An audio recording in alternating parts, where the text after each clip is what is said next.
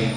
And I think they've been thinking that we call this story as the prodigal son, right? The son. Many times we try to think that the story talks about only one son. No, that is not what Jesus is trying to talk about here. Jesus is trying to talk about two sons. The two prodigal sons, the two sons who are in the story. And we're going to look at that. According to Jewish culture, according to Jewish history, when a father dies, 1/3 of the property will go to the younger son, and then 2/3 of the property will go to the elder son. So it so happened that when the elder son came to father, and then he asked father, he's indirectly saying that my father is already dead. That is what one of the commentators, one of the history commentators who knows the Bible, he says, to ask for the inheritance while the father is still alive is to wish him dead. What the son is basically trying to say, I don't want you.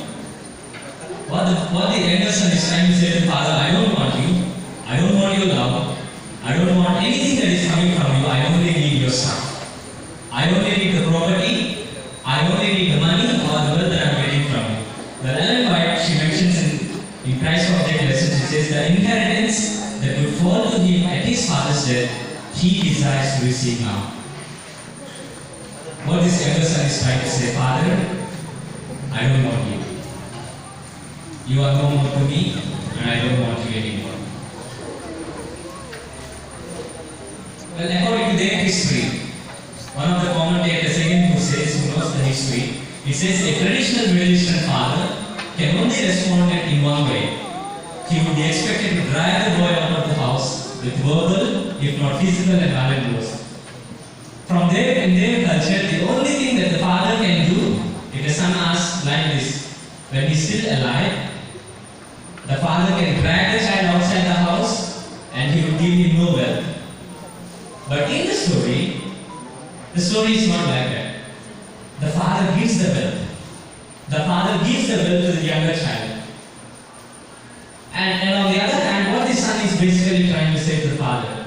Well, maybe in English versions it says, in English we can say property or inheritance. But when we look at the original translation, when we look at the Bible, original Bible in Greek, it says bios, which means biology, which we also call it as life.